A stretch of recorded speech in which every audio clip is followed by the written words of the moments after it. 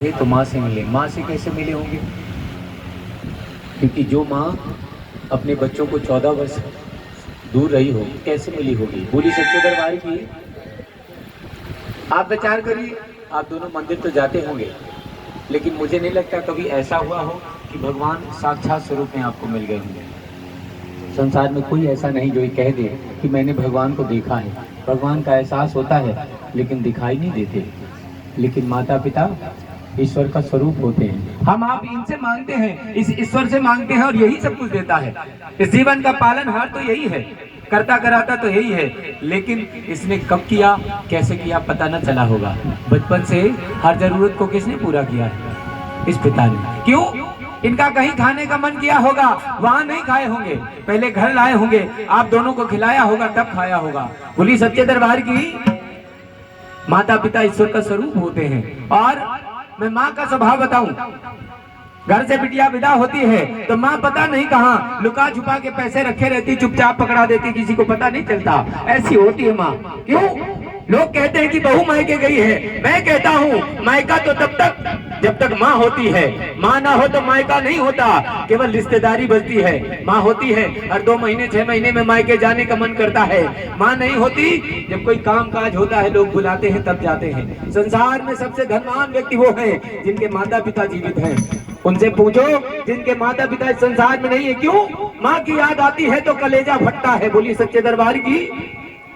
दिन में 24 घंटे होते हैं। आप विचार करिए, आप दोनों का जब जन्म हुआ होगा, इस पिता ने एक ही बात कही होगी, तुझे सूरज कहूँ या चंदा, तुझे दीप कहूँ या तारा, मेरा नाम करेगा रोशन, जग में मेरा राज दुलारा। क्यों? मेरे बाद भी इस दुनिया में जिंदा मेरा नाम रहेगा। जो भी तुझको देखेगा तुझे मेरा लाल कहेगा। क्योंकि कहीं जाते हैं पहचान तो इन्हीं से होती है। हम आपकी कोई पहचान नहीं, पहचान तो माता पिता से। इनका एक ही भाव है कि मेरे बाद भी इस दुनिया में जिंदा मेरा नाम रहेगा। जो भी तुझको देखेगा तुझे मेरा लाल कहेगा। तेरे रूप में मिल जाएगा मुझको जीवन दोबारा, मेरा नाम करेगा रोशन, जग में मेरा राज दुलारा। ये बात तो इन्होंने कही थी, लेकिन आज ये पुष्प दिए हैं, इन पुष्पों को इनके चरणों में रखना है। मैं 2 लाइनें गाऊंगा, तब तक बैठ के धीरे धीरे चरणों को दबाना है। क्योंकि हमको लगता है कम समय मिलता होगा जब इनकी सेवा कर पाते होंगे। मिलता है तब नहीं मिलता होगा, लेकिन आज करिए। मुझे अंदाजा है एक दिन में 24 घंटे होते हैं, घंटों को मिनट में बदलें तो 1440 मिनट होते हैं।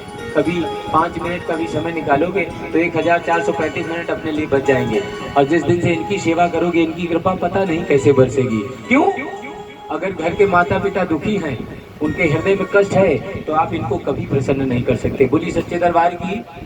आइए ये दोनों भाई मिलकर सेवा करेंगे। इन पुष्पों को चरणों में रखो और धीरे धीरे से चरणों को दबाओ और कह दो, मुझे इस दुनिया में लाया, मुझे बोल न चल न सिखाया।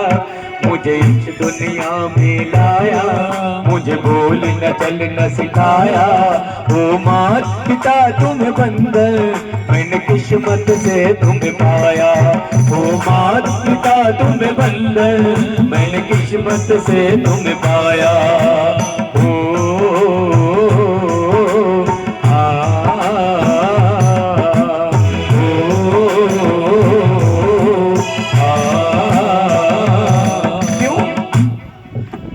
जब से जग में आया, बन तब से शीतल छाया। कभी सहलाया गोदी में, कभी कंधे पे बिठाया, कभी कंधे पे बिठाया, कभी कंधे पे बिठाया।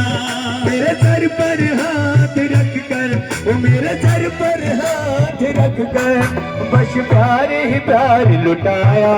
ओ माता पिता तुम्हें बंदर, मैंने किस्मत से तुम्हें पाया। ओ माता पिता तुम्हें बंदर, मैंने किस्मत से तुम्हें पाया। ओ माता पिता तुम्हें बंदर, मैंने किस्मत से तुम्हें पाया। बोली श्यावर रामचंद्र की। जैसे भगवान को प्रणाम करते हो, आज पिताजी को प्रणाम करो। हाँ भैया, जैसे भगवान को प्रणाम करते हो, हाँ फोटो खींच लीजिए जल्दी से। आज ये सुंदर सा दृश्य है।